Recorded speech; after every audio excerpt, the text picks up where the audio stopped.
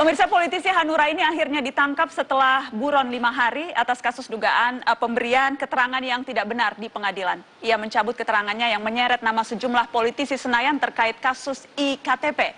Belakangan kasusnya memicu kontroversi hak angket KPK di DPR dan muncul tudingan ancaman membungkam Miriam Haryani.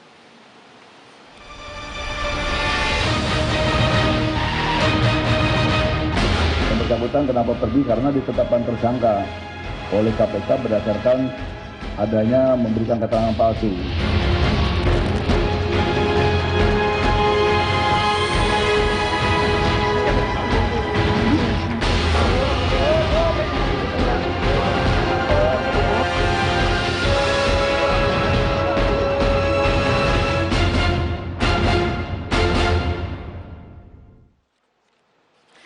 Dan sudah hadir di studio pengacara Miriam Haryani, Aga Khan, dan juga pengacara yang kebetulan teman Miriam Haryani, Elsa Sharif. Selamat malam Bang Aga, selamat malam Mbak Elsa. Terima kasih sudah hadir. Sengaja saya undang untuk membahas karena memang ini adalah awal pangkal, awal mula bagaimana kemudian hak angket ini bergulir di DPR. Saya ingin ke Anda dulu Bang Aga, pengacara Miriam Haryani. Apa yang disembunyikan klien Anda sampai harus menjadi buron? Sebenarnya dengan ada kehadirannya Saudara Febri, saya senang nih. Kenapa? Status buron itu dari awal pengumuman sudah kita protes keras. Karena menurut kronologi KUHP, buronan itu dipanggil 3 kali, tidak ada kabar yang jelas oleh dinyatakan buron. Ini tiba-tiba klien saya, kita ada surat komunikasi lumayan, ini buktinya Mbak. Ya. Dan terakhir panggilan saya memberikan surat sebelum tanggal 26, itu bahwa dengan adanya permohonan pra-peradilan kita meminta bukan kasusnya dihentikan. Biar klien saya fokus menghadapi pra-peradilan, jangan dulu bisa tersangka. Oke, saya mau klarifikasi, tapi yang jelas dipanggil 2 kali dan tidak datang. Tapi itu ada alasan, Mbak, jelas. Dan kok biar terus saya, alasan pertama, udah mau dekat pasca, kedua sakit. Itu alasan sesungguhnya atau alasan yang diciptakan? Oh, enggak dong, sesungguhnya. Tapi faktanya 2 kali datang mangkir. Iya. Dan kemudian setelah itu dan ini, tidak Mbak, bisa ditelusuri keberadaannya. Diumumkan oleh jubir KPK buronan, saya maupun pihak keluarga tidak mendapatkan berita resmi, hanya dari rekan-rekan media. Itu yang saya bingung. Kan kami berhak juga dong dapat, ini benar nggak keterangan media? Malah saya sempat bilang Pak Febri, suruh menyerahkan. Saya menyerahkan gimana? Dari awal saya udah ngomong, klien saya ada di Bandung. Oke, yang jelas dicari-cari polisi tidak ketemu, akhirnya ketemu. Oh, saya nggak tahu dicari polisi kemana. Kan KPK kalau ngomong sama polisi, harusnya kan bisa ngomong sama kuasa hukum. Pertanyaan di awal saya, ada yang disembunyikan tidak? Apakah klien Anda menyembunyikan sesuatu? Enggak ada, klien saya merasa penetapan tersangka dia ini terlalu berlebihan. Apalagi status buron dan pasal yang digunakan KPK dalam sejarah KPK berdiri baru kali ini. Memberikan keterangan yang tidak benar? Tidak benar yang mananya? Oke, saya ingin ke Bang Febri Diansyah. Apa alasannya sehingga statusnya itu memberikan keterangan tidak benar? Pertama, mungkin kurang mengikuti ya pihak advokat dari tersangka MSH. Ini adalah bukan kasus pertama yang pernah kita tangani. Pada tahun 2014 dan 2015 kita menangani seorang tersangka kemudian sudah divonis bersalah, itu namanya Mukhtar Effendi. Terkait dengan kasus pasca operasi tangkap tangan terhadap Ketua Mahkamah Konstitusi Akil Mukhtar kita lakukan. Hakim tegas sekali mengatakan di sana, pertama, pasal 21 dan pasal 22 ini kebetulan memang pada saat itu digunakan pasal 21 dan 22. Pasal 22 adalah pasal yang sama yang kita gunakan disangkakan terhadap tersangka MSH saat ini. Itu sudah divonis bersalah dan hakim tegas mengatakan bahwa jadi bukan yang pertama. Itu bukan tindak pidana umum dan kemudian itu menjadi kewenangan KPK. Yang bersangkutan akhirnya divonis 7 tahun penjara pada saat itu. Nah kemudian beberapa tahun kemudian tahun 2017 kita melakukan penyidikan baru dalam kasus yang terkait indikasi pemberian suapnya. Jadi pemberian dan penerimaan suap terkait dengan Akil Mukhtar tersebut. Febri, spesifiknya terhadap kasus yang sekarang dan kemudian kliennya Bang Aga, itu memberikan keterangan tidak benar di pengadilan karena? Indikasi pemberian keterangan yang tidak benar pada persidangan kasus IKTP.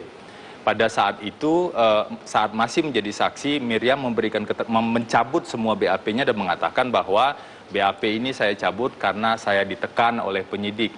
tentu KPK punya kewajiban untuk kemudian menghadirkan penyidik dan membuktikan sebaliknya. Pada persidangan di minggu berikutnya kita buka rekaman proses pemeriksaan yang sebenarnya tidak ada tekanan sama sekali pada saat itu.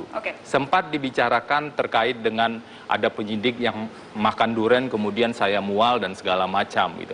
Apakah ketika mual itu dianggap sebagai tertekan atau hal-hal yang lain? Nah, itu saya kira menurut kami itu tidak relevan sebagai alasan dan pasal 22 kita gunakan. Saya ingin lempar ke Bang Aga. Saya begini, yang dikatakan Mas Febri itu mengenai kasus Mukhtar Effendi itu sudah ada sidang pertamanya udah putus. Ini kan perkara masih aktif. Yang kedua, pada waktu sidang klien saya diperiksa selaku saksi, ya itu sudah dimintakan oleh jaksa penuntut umum KPK menjadi terdakwa, ditolak. Karena apa? Itu udah wewenang hakim, Mbak. Di saat proses penuntutan, limbangan persidangan, disitulah hukum acara pidana yang harus berlaku. Kenapa? Kebenaran hakiki, hakim yang menentukan. Ini hakim udah ngomong, jangan dulu. Kenapa? Mungkin ada beberapa keterangan, itu hakim menganggap itu ada. Oke, tapi klien Anda memang mengatakan ditekan oleh penyidik? Kalau menurut klien saya, justru terbalik. Penyidik yang menekan klien saya. Kita ada rekamannya yang kemudian juga dibuka di pengadilan. Kita ingin tunjukkan apakah bagaimana suasana. Itu rekaman yang dibuka juga nggak ada yang durennya. Dipilih juga. Kenapa durian menjadi sangat spesial ini bagi Mbak, klien saya itu alergi. Ibu saya juga kalau nyium durian muntah. Dan itu bisa bentuk tekanan begitu ya. Iya. Tapi yang jelas kalau kita akan lihat biar pemirsa juga tahu suasana Jangan pemeriksaan. mentang-mentang Anda senang durian Saya terus juga hobi merasa makan durian. terintimidasi. Saya hobi makan durian. Kita lihat cuplikan suasana pemeriksaan Miriam Haryani dan apakah bagaimana Anda melihatnya kita lihatkan. Apa sesuai, seingat saya itu 15 juta, yang kedua itu 30 juta, sama 22 juta, 22 juta itu cuma bukan. Nah itu aja, yang lainnya itu cuma baru aja juga sama baca. Gimana sih maksudnya begitu itu loh? Yang lainnya itu juga oke, cuman itu namanya nominal saja, kering.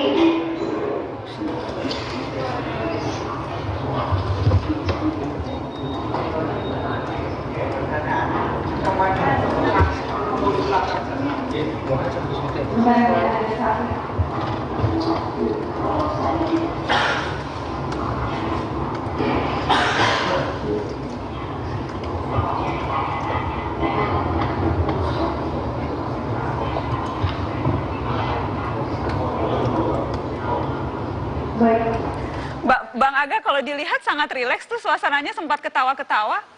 Ya kan, itu mungkin yang sebagian ceritain. Kan ada 3 kali pemeriksaan kalau menurut Bu Miriam. Yang parah itu waktu yang ketiga katanya. Waktu Jadi separah-parahnya seperti apa sih, saya ingin tahu. Separah-parahnya seperti apa? Ada orang makan durian kemudian? Enggak, jadi ada ancaman dan fakta terungkap di persidangan juga. Ada satu oknum penyidik yang bilang, ibu itu harusnya bisa kita tangkap pada tahun berapa. Kan begini, Mbak, mau keterangan itu dicabut di pengadilan, maka alat bukti tersebut akan menjadi bukti petunjuk. Ini saya aneh, kok 133 saksi, satu saksi Miriam aja, kok berharga banget bagi KPK. Oke, jadi kan KPK separah-parahnya ungkapan bisa itu cari ya? yang lain. Apa? Oke, separah-parahnya ada ungkapan seperti itu. Itu yang paling parah tekanannya itu seperti itu tuh. Iya, ada lagi yang didatangin rumah klien saya pada waktu udah perkara P21. Baik, saya ingin ke Mbak Elsa setelah pariwara karena saya tahu Anda menemui Miriam Haryani beberapa kali dan Anda juga mendapat keterangan langsung dari yang bersangkutan. Apa keterangannya setelah pariwara? Jangan kemana-mana.